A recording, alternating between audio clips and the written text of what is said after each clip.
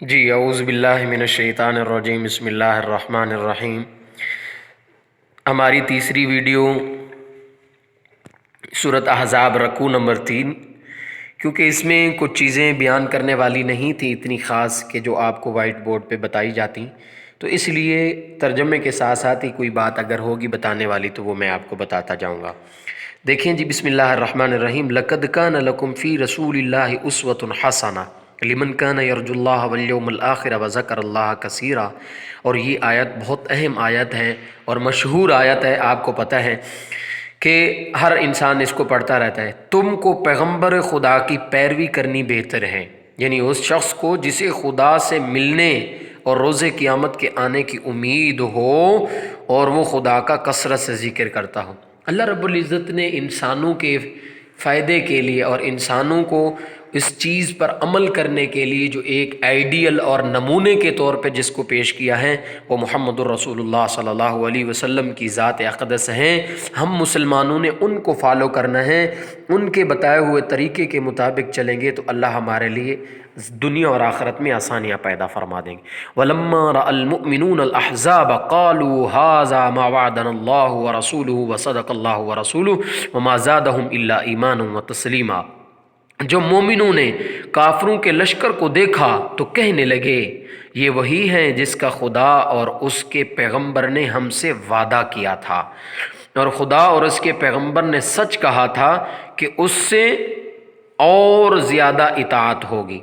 اس کا کیا مطلب ہے؟ مطلب یہ ہے کہ جب مسلمانوں نے کافروں کے لشکروں کو آتے ہوئے دیکھا تو کیونکہ اللہ کے نبی صلی اللہ علیہ وسلم نے پہلے ہی پیشین گوئی کر دی تھی کہ اس طرح سے تمہاری لڑائی اور جنگ ہوگی اور پھر اللہ تعالیٰ تمہیں اس میں کیا فتح نصیب فرمائے گا، کہ جب مسلمانوں نے پھر دیکھا تو مسلمانوں نے کہا ہاں یہ وہی ہیں کہ جس کا اللہ اور اس کے رسول نے ہم سے وعدہ کیا۔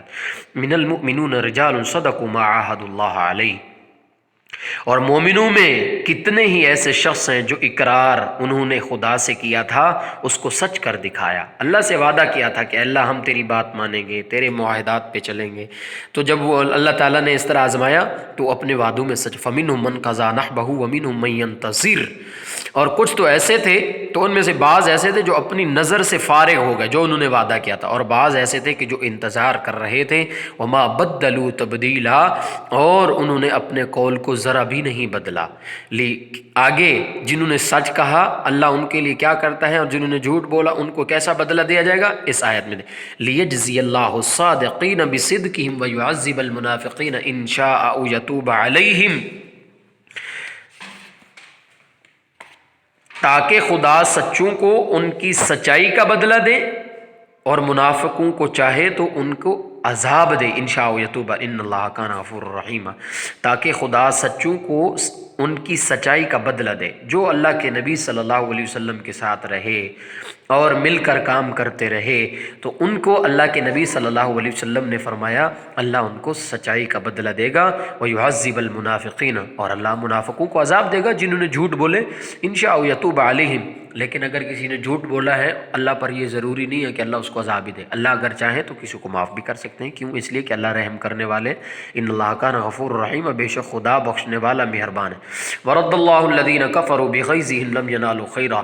جو کافر تھے ان کو خدا نے پھیر دیا، وہ اپنے غصے میں بھرے ہوئے کچھ بھی بھلائی حاصل نہ کر سکے، واپس لوٹ گئے۔ وَكَفَى اللَّهُ الْمُؤْمِنِينَ الْقِتَالَ۔ اور خدا مومنوں کو لڑائی کے بارے میں کافی ہوا۔ وَكَانَ اللَّهُ قَوِيًّا عَزِيزًا۔ اور خدا طاقتور اور زبردست ہے، اللہ طاقت میں سب سے زیادہ قوت والا ہے۔ وَأَنزَلَ الَّذِينَ ظَاهَرُوهُم مِّنْ أَهْلِ الْكِتَابِ مِنْ صَيَاصِيهِمْ وَقَذَفَ فِي قُلُوبِهِمُ الرُّعْبَ فَرِيقًا تَقْتُلُونَ وَتَأْسِرُونَ فَرِيقًا۔ اور اہل کتاب میں جنہوں نے ان کی مدد کی ان کو ان کے قلعوں سے اتار دیا اور ان کے دلوں میں دہشت ڈال دی۔ وَقَذَفَ فِي قُلُوبِهِمُ الرُّعْبَ فَرِيقًا تَقْتُلُونَ۔ اور تو کتنوں کو تم نے قتل کر دے، وَتَأْسِرُونَ فَرِيقًا۔ اور کتنوں کو تم لوگوں نے کیا کیا جی؟ قیدی بنایا۔ اب یہ اس آیت میں ذرا ایک بات سمجھ لے کہ کیا ہے اس کا مطلب۔ غزوہ احزاب کے موقع پر یہودیوں کے ساتھ ایک قبیلے نے، ایک لشکر نے ان کی مدد کی، اور مدینہ کے ارد گرد قبیلہ بنو قریظہ اور قبیلہ بنو بنو قریظہ ایک قبیلہ رہتا تھا مدینہ، اور اس کا مسلمانوں کے ساتھ کیا ہو چکا تھا معاہدہ کہ نہ تو ہم تمہارے ساتھ لڑیں گے، نہ آنے والے جو تمہارے ساتھ لڑنے والے ان کی مدد کریں گے۔ لیکن جب قریش مکہ آئے مسلمانوں کے ساتھ لڑنے کے لیے تو انہوں نے ان کی مدد کی۔ تو اللہ تعالیٰ فرما رہے ہیں کہ جنہوں نے ان کی مدد کی ہم نے ان کو ان کے قلعوں سے اتار دیا، ان کو جلا وطن کروا دیا، اور ان کے دلوں میں تمہارا رعب ڈال دیا، اور کتنوں کو تم نے قتل کیا اور کتنوں کو تم نے قیدی بنایا۔ وَأَوْرَثَكُمْ أَرْضَهُمْ وَدِيَارَهُمْ وَأَمْوَالَهُمْ وَأَرْضًا لَّمْ تَطَئُوهَا، اور ان کی زمینوں اور ان کے گھروں اور ان کے مال اور اس زمین کا جس میں تم نے پاؤں بھی نہیں رکھا تھا تم کو وارث بنا دیا۔ پھر وہ بنو قریظہ کے لوگ جنہوں نے نافرمانیہ کی معاہدے کے خلاف کیا، اللہ نے پھر ان کو اپنے ہر چیز سے محروم کر کے ان کی چیزوں کا وارث مسلمان۔ وَكَانَ اللَّهُ عَلَىٰ كُلِّ شَيْءٍ قَدِيرًا، اور یہ اس لیے کہ اللہ تو ہر چیز پر قدرت رکھتا ہے، میرا اللہ ہر چیز پر قدرت رکھتا ہے، اور وہ طاقتور ہیں، وہ جسے چاہے بادشاہ کو چاہے تو فقیر بنا دے اور فقیر کو چاہے تو بادشاہ بنا دے، اس لیے کہ اللہ ہر چیز پر قادر ہے۔ وَمَا عَلَيْنَا إِلَّا الْبَلَاغُ الْمُبِينُ۔